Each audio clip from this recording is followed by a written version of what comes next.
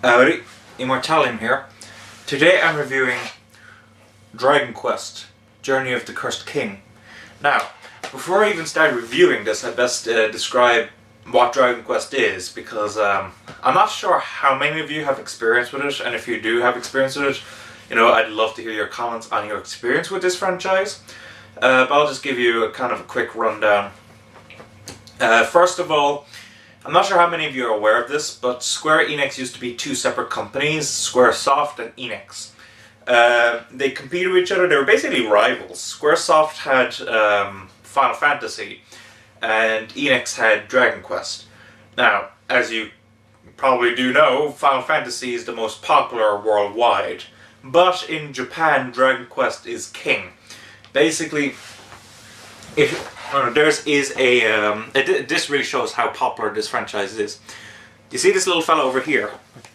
This slime thing. Apparently, if you ask anyone in Japan to draw that slime, they can draw it. It's basically the equivalent of, Mickey Mouse over here. So that's fairly impressive, I think. And huge series. It's basically, I've heard descriptions of it being the national game of Japan. However, despite its insane popularity in Japan, it isn't quite as popular over here. I think in America it was changed to Dragon Warrior, the name, because I think Dragon Quest was like some, Dungeons & Dragons RPG tabletop game. So they changed it to Dragon Warrior. It wasn't that successful. And finally, what was it, back in 2006 I think it was, they managed to bring Dragon Quest over, called Dragon Quest. This was the first game using the Dragon Quest name in the West. To begin with, this is a JRPG, and there are significant differences between this series and Final Fantasy. Now these are series changes, these are not, necessarily it's specific to this one game in the series.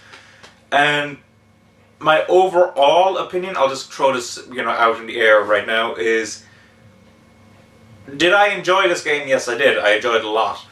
But is it up there with the Final Fantasies? It's better than some, but overall I do still prefer Final Fantasy. Now let me just get into the story first of all. So what is the story of Dragon Quest, The Journey of the Cursed King? The story is basically that you play as this lead character right here, and you're teamed up with a bandit called Yangus, and you have a king Trode who looks like a monster, and you're traveling to remove the curse from him and his castle. And you're after this wizard called Dual Magus. Well, wizard is probably the wrong term.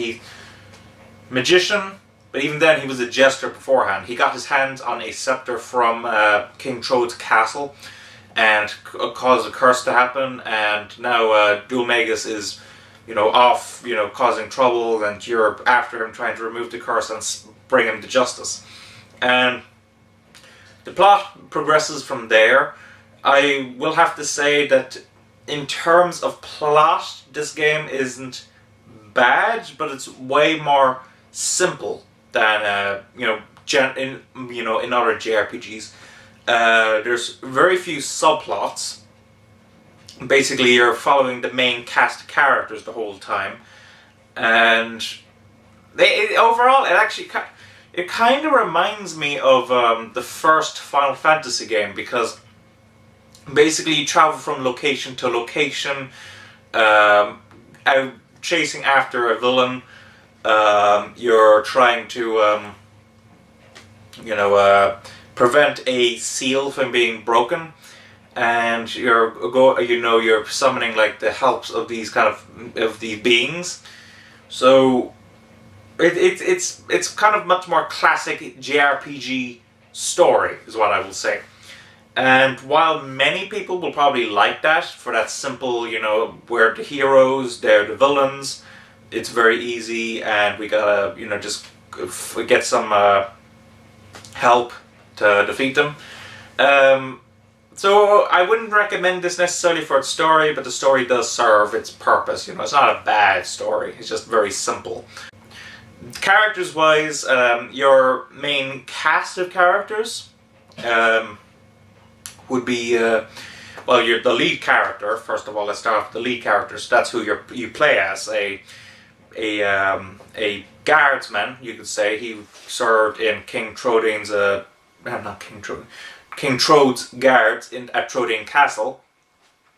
And he was the only one besides Medea, which is Trodane's daughter, who's been turned into a horse, and Trodane, I keep calling him Trodane, King Trode's daughter, who was turned into a horse, and King Trode, who's been turned into some kind of froggy beast, maybe a toad-like monster.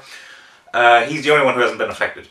And I must say, he's one. First of all, let's start off. He's one of those mutes. There is not a line of dialogue that comes from at all. And you know, when he needs to explain something or needs to respond to something, it's just kind of the characters just simply they seem to get the response. There's not even any text at all. His main purpose is to react. In fairness, he has some great expressions, like when something comes along that's surprising, he'll go kind of that shocked expression. So from that, it's fairly funny. He serves his purpose very well. But as a character, he's very bland and uninteresting, simply because he's not that well developed, I would say. He's just the lead character, and he never speaks, he never seems to have any opinion. So, yeah. Yangus is, he's a former bandit. He is now serving a life debt, you could say, to the lead character. And the reason I'm referring to him as the lead character, come to think of it, is because of the fact that you get to name him at the beginning, and of course, no one calls him by his name because they can't predict what you'll call him. So anyway, Yangus is serving his debt to the hero, basically just assisting him. He's kind of got a Cockney accent. Speaking of which, everyone in this game sounds like British. They're British. Which is quite an interesting way to do it. I mean, it is a fantasy world, and I know, like, even with Game of Thrones, they chose to do British and Irish actors. So there is something for that kind of appeal. It's quite interesting. And actually the localization for that is very well done. I was quite impressed with the voice acting. Anyway, back to Yangus. From a story perspective, he's good for some comedic timing. He doesn't try to be funny, but he's kind of like the straight man in that regard. He's, quite often if King Trode will pop out of nowhere, like he'll go, "Core blimey," or something like that, And funny. But as a character development, he doesn't really develop. In fact, none of the main characters develop really that much, so I better not even, go there. He's a nice character, I will say, fun. Jessica is the obligatory mage fan service kind of girl. She's after Dual Magus because of what happened to her brother. That's all I say on that. And she is serious, but also kind of a bit sassy. Again, a fun character, but not really well developed. I mean, she's just kind of going after Dual Magus for, just to get revenge. Besides that, she serves her purpose well. Finally, you have Angelo. Angelo is a Templar. He serves the church. He is a bit of a playboy, I could say. He's always flirting with women. He's flirts with Jessica. There's a lot of banter that goes back and forth between him and Jessica, as you can imagine. And again, fine character, fun, but not developed at all. So those are the four main characters. Those are the four characters you'll be using in battle, and they each serve their purpose in battle. Your hero is the all-rounder. Yangus is the heavy hitter, physical-wise. Jessica is the mage, so she has all the spells, all the attacking kind of spells. And then Angelo is the healer, which is, that he can heal well. And actually, I kind of like that also, come to think of it, that usually healers in video games are, like, female for some odd reason. But in this, they chose to actually give it to a male, which I thought, yeah, that's pretty cool. It's interesting. Other characters, you come across a wide range of characters throughout the game. And they're all distinct, but not overly well developed again. It's kind of clear cut what they are, and they kind of stay that way. If they do change, It's generally just kind of a minor change. So yeah, from a character perspective as well, fine characters, enjoyable. They're the kind of guys you kind of like to hang out with in an adventure. But lacking the depth of character, I would say, of Final Fantasy characters. Meaning that they're not as memorable as well. Fun, but not as memorable. Now let's get to the gameplay. So, Dragon Quest gameplay is quite different to Final Fantasy gameplay. First of all, it's turn-based, just like Final Fantasy, but unlike Final Fantasy, which has the, was it ATB, or Active Time Battle, which is how can I even describe it? As the bar fills up, and when it hits the top, that's when your character can attack. Your opponents can attack based on their speed whenever. In this, it's kind of, you select all your character's abilities right at the beginning, and then based on their speed and the enemy's speed, they'll take turns attacking, and once the turns are all over, then your characters, have to pick all their choices again, and then they attack. Yeah, it's a simple kind of gameplay, particularly when you take into account that quite often attacking will suffice, particularly for random enemies. I found myself just using attack over and over again, which, no issue really. I mean, it's still fun, because, you have to think outside the box sometimes, but quite simple in comparison. The spells themselves are also quite simple, unlike Final Fantasy. But they're all, like, distinct, they're all, serve different purposes. And there's a great sense of progression, because when your characters level up, not only do you get your stat boost, but you also, and HP and MP, but you also get skill points. Now these skill points are random in that there doesn't seem to be a clear number for how many you get each level. So sometimes they can be like 10, and sometimes there can be like 2. But what you do is you have 5 kind of slots, 3 weapon slots, a unarmed slot, and a kind of a distinct character slot. Like the lead character has courage, Yangus has what was it now? I can't even remember. Here's one. Jessica has sex appeal, and Angelo has charisma, and they kind of give you like extra techniques and bonuses. And the weapons do as well. And actually, it's a nice kind of way to make sure, like, if a character is using a particular type of weapon all the time, you'll want to put all your points in that. But if you come across a weapon that is a bit stronger, but is part of the other kind of weapons classes, it means that it might actually serve your best interests not to switch over to that, and that kind of gives you more thought. So it's an interesting character development system. It's nice, it's simple, it's not as elaborate as the sphere grid from Final Fantasy X or the license grid from Final Fantasy XII, but it serves its purpose quite nicely. Other gameplay mechanics would be, the standard, you run around, you open up quests, not quests, chests. God, I'm just completely messing up all my lines today. And I can just think of other distinct aspects of its gameplay. Oh, I guess one of the most distinct is the alchemy pot. So the alchemy pot, basically, as you collect items, you can also go to these shelves and find recipes. And once you get access to the alchemy pot, what you can do is you can actually take, one item, you can take another item, you can put them into pot. Most of the time it won't work, particularly if you're just going random. But every so often items will suddenly connect to each other. You can let it cook away in the pot, you open up the pot, and you get a new item. And it's a very effective little system. It rewards kind of experimentation, and it rewards kind of exploration, because you're looking through these libraries for new recipes and everything. So that's good. It's a creative way to get new equipment and new items. Besides that, I guess the rest of the gameplay is kind of standard JRPG. Finally, let's talk about, well, not finally, what am I saying? But I guess the next most important thing would be the graphics.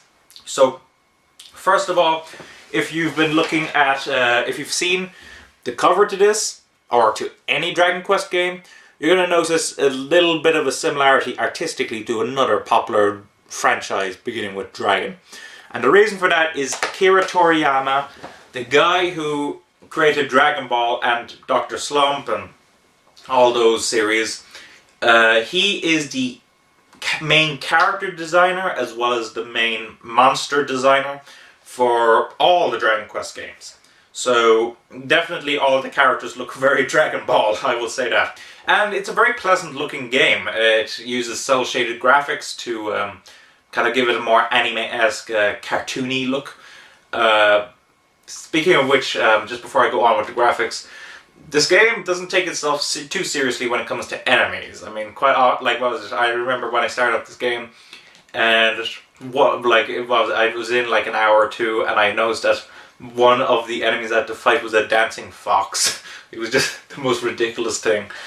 So again, that's kind of an Akira Toriyama thing. Don't take yourself too seriously.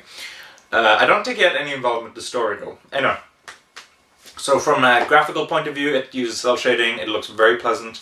It's not as technically, how can I put it, it's not as technically detailed as, you know, like Final Fantasy X might be. This is a PS2 game as well, so don't go in expecting, you know, like this generation's kind of graphics.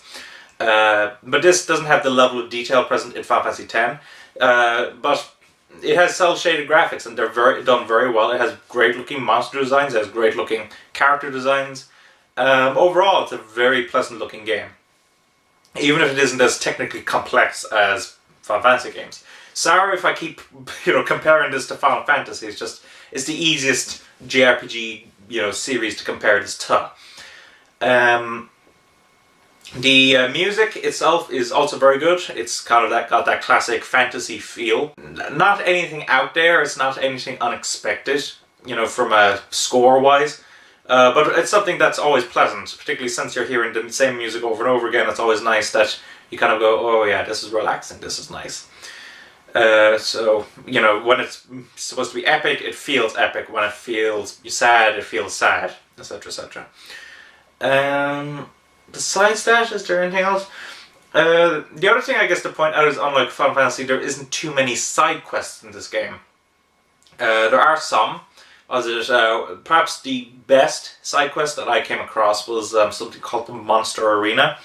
It's something I missed actually the first time I ran through like the area, and it was only like when I was halfway through the game that I realized, oh, I missed something, and I ran back and I was able to unlock that minigame. And actually I had a blast with it. Basically, the Monster Arena is that as you play the game, you're coming across these kind of stronger monsters than usual, walking around.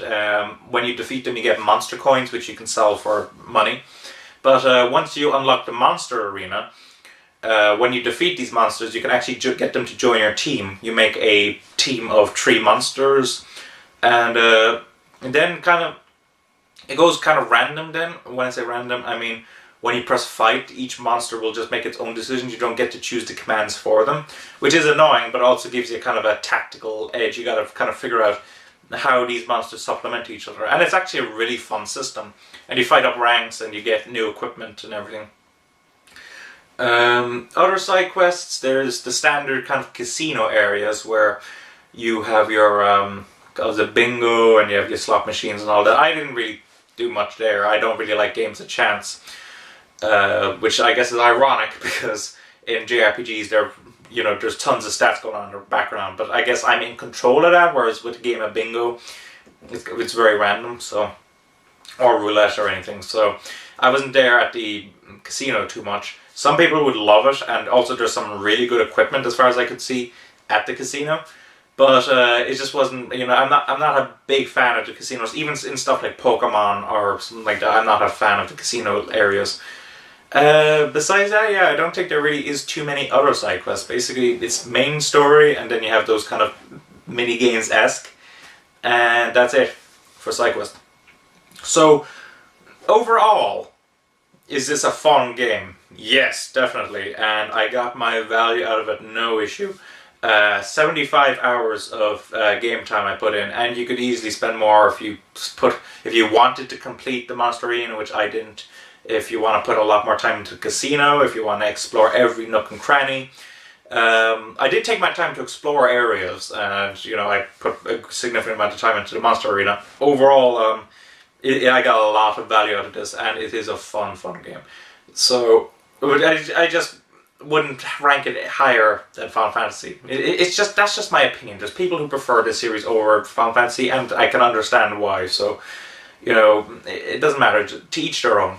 So overall, but if I had to give this a score, now if you're wondering why I'm giving this a score, not my manga or my anime reviews, it's because I think games are more kind of, it's easier with games to give them a score, whereas with anime and manga it's more opinionated. So with this game here, I would give it a solid 8.5 out of 10. It's not as engaging a story or characters that I would have liked, and some other kind of creative decisions that, you know, I wasn't too keen on. But overall, it is really fun. It's very easily recommendable.